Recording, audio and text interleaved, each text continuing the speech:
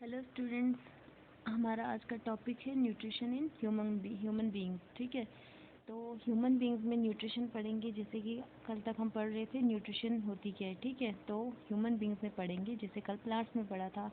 तो human beings में nutrition जो होता है वो ह्यूमन डाइजेस्टिव सिस्टम से रिलेटेड होता है। न्यूट्रिशन का मतलब क्या होता है? न्यूट्रिएंट्स को लेना और उसको यूटिलाइज करना फॉर अचीविंग एनर्जी। ठीक है, तो वो किसके थ्रू होता है? डाइजेस्टिव सिस्टम के थ्रू होता है। ठीक है, तो इस टॉपिक को हम ह्यूमन डाइजेस्टिव सिस्टम भी बोल सकते हैं। तो डाइजेस्टिव सिस्टम जो होता है वो टू पार्ट्स में डिवाइडेड है।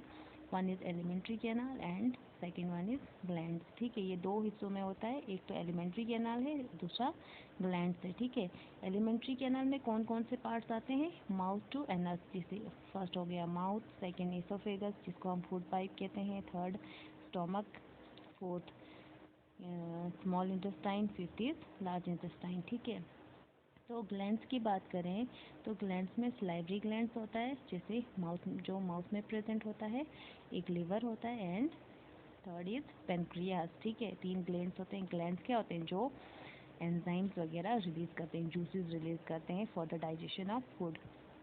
तो ह्यूमन एलिमेंट्री कैनाल जो होता है वो एक एडल्ट इंसान में अबाउट 9 मीटर्स लॉन्ग होता है। ठीक है, माउथ से अगर एनस तक की बात करें तो उसकी लंबाई कितनी होती है? 9 मीटर्स। ठीक है, तो ग्लैंड्स में ये तीन आते हैं। तो हम स्टेप बाय स्टेप पढ़ते हैं कि न्यूट्रिशन में, ह्यूमन बींग्स में जो न्यूट्रिशन होती है वो किन किन स्टेप से होके गुजरती है। ठीक है, तो फर्स्ट हम देखते हैं, डायग्राम्स को देखते हैं, आप देख लो। तो देखो, जैसे ये है ह्यूमन डाइजेस्टिव सिस्टम का ये डायग्राम। ठीक है, फर्स्ट देखिए आप, माउथ है जिसको हम बकल कैविटी भी बोलते हैं। जैसे हमने कोई खाना लिया, फर्स्ट प्रोसेस क्या है? इंजेशन है, इंजेशन। ठीक है, इंजेशन होता है इनटेक ऑफ फूड। वो कहाँ से लेते हैं? हम थ्रू माउथ लेते हैं। ठीक है, जैसे फर्स्ट हमने इंजेशन में क्या किया? खाना लिया माउथ से। माउथ में क्या होता है? माउथ में क्या, बकल कैविटी भी जिसको बोलते हैं, वहाँ पे सलाइवरी ग्लैंड प्रेजेंट होता है। एक ग्लैंड है, फर्स्ट ग्लैंड कौन सा? Salivary gland. वहाँ पे सलाइवरी ग्लैंड प्रेजेंट होता है या फिर सलाइवा निकलता है। ठीक है, एक सलाइवा क्या है? एसिडिक जूस है जो हमें डाइजेशन में हेल्प करती है। अगर सलाइवा प्रेजेंट नहीं होता, खाना जो है वो डाइजेस्ट नहीं होता, गले से उतरता ही नहीं। तो माउथ से खाना जब हम लेते हैं, सलाइवरी ग्लैंड से सलाइवा निकलता है, तो वहाँ पे क्या होती है? डाइजेशन। ठीक है, तो फर्स्ट इंजेशन वाले स्टेप में क्या होता है? इंजेशन सिर्फ होता है कि इनटेक ऑफ फूड, खाना लेना। वो कहाँ से लिया हमने? माउथ से लिया। इंजेशन माउथ से ही होता है। Second one is digestion. Second term क्या है? सेकंड पॉइंट है डाइजेशन। ठीक है, डाइजेशन में क्या होता है? डाइजेशन दो टाइप्स की होती है, एक physical digestion and second is chemical digestion. Physical digestion का मतलब फिजिकली इन्वॉल्व होना, जिसमें जैसे टीथ क्या काम करता है? हमारे दांत क्या करता है? दांत जो है वो खाने को च्यू करता है, ग्राइंड करता है। ठीक है, अगर टीथ नहीं होते तो खाना कैसे च्यू होता? तो वो फिजिकल डाइजेशन का काम टीथ करता है। ठीक है, टीथ ग्राइंड करता है, च्यू करता है और हम खाने को स्वेलो कर सकते हैं। केमिकल डाइजेशन में काम होता है सलाइवरी ग्लैंड्स का, जो कि माउथ में प्रेजेंट होता है। वहाँ से सलाइवा निकलता है। ठीक है, जिसको हम थूक बोलते हैं, सलाइवा निकलती है वहाँ से। तो वो टंग से, टंग जो होता है, हमारी जीभ जो होती है, वो खाने को सलाइवा के साथ मिक्स कर देता है और वो उसको हम क्या कर देते हैं? स्वेलो करते हैं। ठीक है, तो वहाँ से जब डाइजेशन प्रोसेस में क्या होता है कि खाना जब स्वेलो हुआ, सलाइवरी ग्लैंड से सलाइवा हुआ, मिक्स हुआ, तो वो ईसोफेगस के थ्रू, जिसको हम क्या कहते हैं? फूड पाइप भी कहते हैं, उसके थ्रू कहाँ आता है? स्टोमक में पहुँचता है। ठीक है, पहुँच गया स्टोमक में। तो जब ये यहाँ से आ रहा था, तो ईसोफेगस जो होता है, इसमें क्या होता है? कंट्रैक्शन और एक्सपेंशन होती है। ठीक है, ये कॉन्ट्रैक्ट भी करता है, एक्सपैंड भी करता है। ठीक है, जैसे कंटिन्यूसली वो एक्सपैंड करेगा, कॉन्ट्रैक्ट करेगा, तो उस मोमेंट को हम कहते हैं पेरिस्टाल्टिक मोमेंट। क्या कहते हैं? पेरिस्टाल्टिक मोमेंट कहते हैं। ठीक है, उसकी वजह से खाना जो होता है वो नीचे नीचे आके स्टोमक में पहुंच जाता है, ठीक है। अब स्टोमक में सेकंड फेज़ शुरू होता है, डाइजेशन का सेकंड फेज़ शुरू होता है स्टोमक में। तो जैसे स्टोमक में पहुंचा तो वहाँ पे क्या होता है, गैस्ट्रिक जूस, स्टोमक जो होता है वो गैस्ट्रिक जूस को रिलीज़ करता है, ठीक है। गैस्ट्रिक जूस में 3 टाइप्स के एंजाइम्स होते हैं, वन इज़ हाइड्रोक्लोरिक एसिड, दूसरा पेप्सिन है, तीसरा म्यूकस है, ठीक है। हाइड्रोक्लोरिक एसिड क्या करता है, एसिडिक मीडियम देता है। एसिड, हाइड्रोक्लोरिक एसिड क्या है, एक एसिड है, वो स्टोमक में जो फूड पहुंचा उसको एक एसिडिक मीडियम देता है ताकि खाना जो है वो ईजिली डाइजेस्ट हो। स्टोमक में कितने टाइम तक रहता है, 2 से 3 घंटे तक खाना रहता है, ठीक है। तो वहाँ पे एसिडिक मीडियम HCl प्रोवाइड करता है ताकि डाइजेशन में हेल्प हो। तो पेप्सिन क्या करता है, पेप्सिन प्रोटीन्स को डाइजेस्ट करता है, जैसे हमारे खाने में जो प्रोटीन होगा उसको पेप्सिन डाइजेस्ट कर देता है, वो हमेशा इस HCl हाइड्रोक्लोरिक एसिड की प्रेजेंस में ही करेगा, ठीक है। और HCl का दूसरा काम क्या होता है, वो जो बैक्टीरिया वगैरह होंगे, जैसे हम कभी खाना खाते हैं उसमें बैक्टीरिया प्रेजेंट होगा, कुछ होगा, तो वो एसिड जो है वो उसको भी किल करता है, ठीक है। 2 काम है, एक तो एसिडिक मीडियम देता है for the digestion of food and the second one is to kill the bacteria present in our food, ठीक है। तो पेप्सिन क्या करता है, प्रोटीन को डाइजेस्ट करने में हेल्प करता है। और जो ये म्यूकस होता है, म्यूकस क्या करता है, जैसे आपको पता है कहीं भी एसिड होगा तो क्या करता है वो एसिड, तो आप सोचेंगे जैसे स्टोमक है, स्टोमक एक मस्कुलर वॉल का बना होता है, ठीक है। तो उसमें अगर एसिड होगा तो वो जब खाने को डाइजेस्ट कर सकता है तो उसके वॉल्स को भी तो डाइजेस्ट कर सकता है, तब तो स्टोमक के वॉल्स तो बचेंगे नहीं। तो वो काम म्यूकस का होता है। वो म्यूकस क्या करता है, म्यूकस जो होता है वो स्टोमक के इसको एसिड को क्या करता है, न्यूट्रलाइज करता है और स्टोमक के वॉल्स को उस एसिड के उससे इम्पैक्ट से बचाता है, ठीक है। तो ये काम था इन 3 गैस्ट्रिक जूसेस का। तो उसके बाद जैसे खाना आया, कहाँ पे पहुँचा था, स्टोमक में पहुँचा था।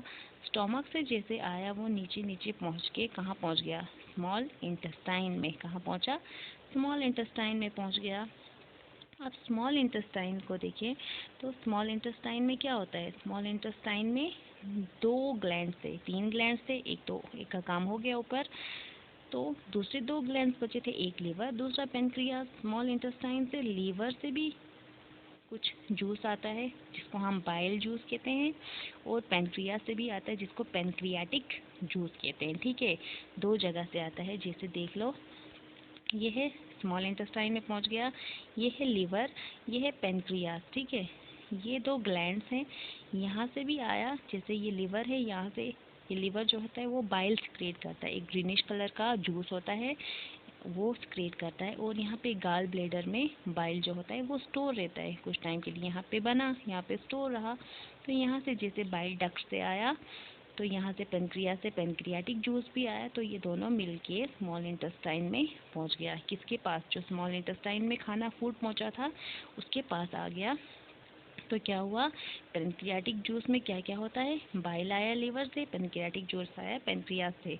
अब इसमें भी 3 टाइप्स के क्या होते हैं, इसमें भी 3 टाइप्स के एंजाइम्स होते हैं। एक होता है pancreatic amylase, second is trypsin and एक होता है लाइपेज, ठीक है। पेनक्रियाटिक एमाइलेज जो होता है वो खाने में जो स्टार्च प्रेजेंट होता है उसको डाइजेस्ट करता है, और जो ट्रिप्सिन होता है वो जो प्रोटीन होगा, कुछ भी प्रोटीन बचा होगा तो उसको वो डाइजेस्ट करेगा। और लाइपेज जो होता है वो इमल्सिफाइड फैट्स को डाइजेस्ट करेगा, ये स्टार्च को, ये प्रोटीन्स को, और ये इमल्सिफाइड फैट्स को डाइजेस्ट कर देगा इन द स्मॉल इंटेस्टाइन।